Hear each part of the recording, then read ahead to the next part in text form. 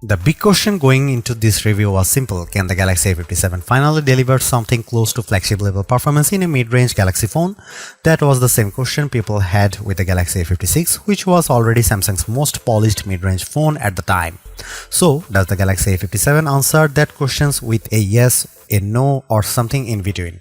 And just as important, are the rest of the phone's features strong enough to justify the highest price Samsung has ever asked for one of its main mid-range models? Let's find out.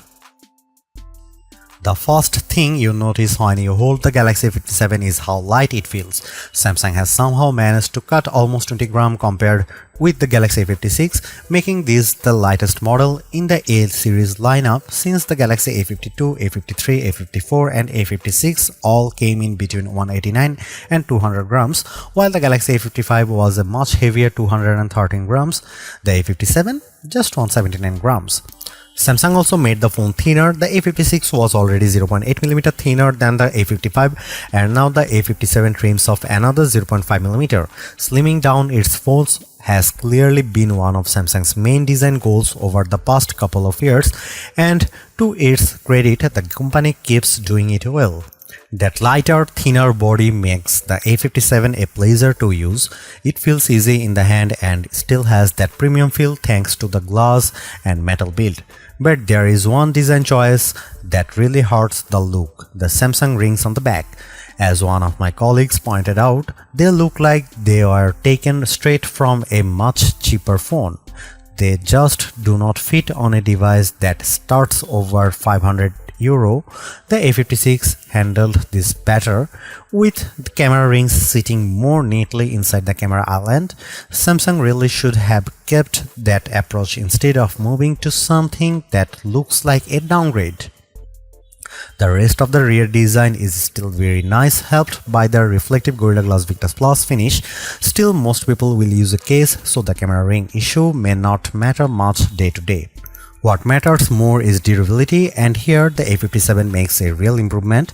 It now comes with IP68 water and dust resistance. That is better than IP67, meaning the phone can survive up to 1.5 meters of water for 30 minutes instead of just 1 meter. The Galaxy A57 uses the same rear camera setup as the A56. That means a 50MP main camera, a 12MP ultra-wide camera, and a 5MP macro camera. Because the hardware is unchanged, the results are mostly the same too. In daylight, the A57 takes excellent photos with strong dynamic range and accurate colors. It does a very good job of keeping the scene balanced without making the image look fake or overly processed. Low light performance is also solid, especially when night mode kicks in automatically. The phone handles darker scenes well enough for a mid-range model, and the main camera is still the strongest part of the setup. The ultra-wide camera continues to be usable in bright conditions, but image quality drops once the light gets worse. That is still pretty normal in this segment, but it would have been nice to see a little more consistency. The macro camera is still the weakest part of the camera system. It is fun to try once or twice, but for most people it will just sit there unused.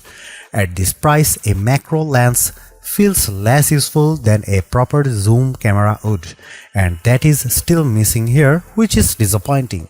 Some rivals in this segment do offer zoom, and Samsung still seems to be holding back to avoid stepping on the Galaxy S FE series.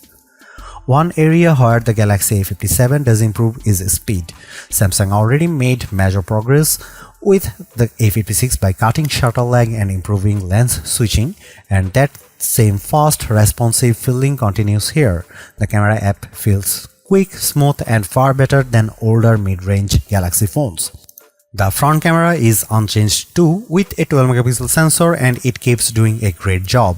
Selfies come out sharp with good detail and a strong dynamic range, both outdoors and indoors. Video recording is also mostly the same. You still get 4K at 30 fps and there is no HDR video recording support. Samsung talks about richer dynamic range and advanced sensor HDR, but that sounds more like marketing than a major real-world change. Video quality is fine and usable, but it is not a standout feature.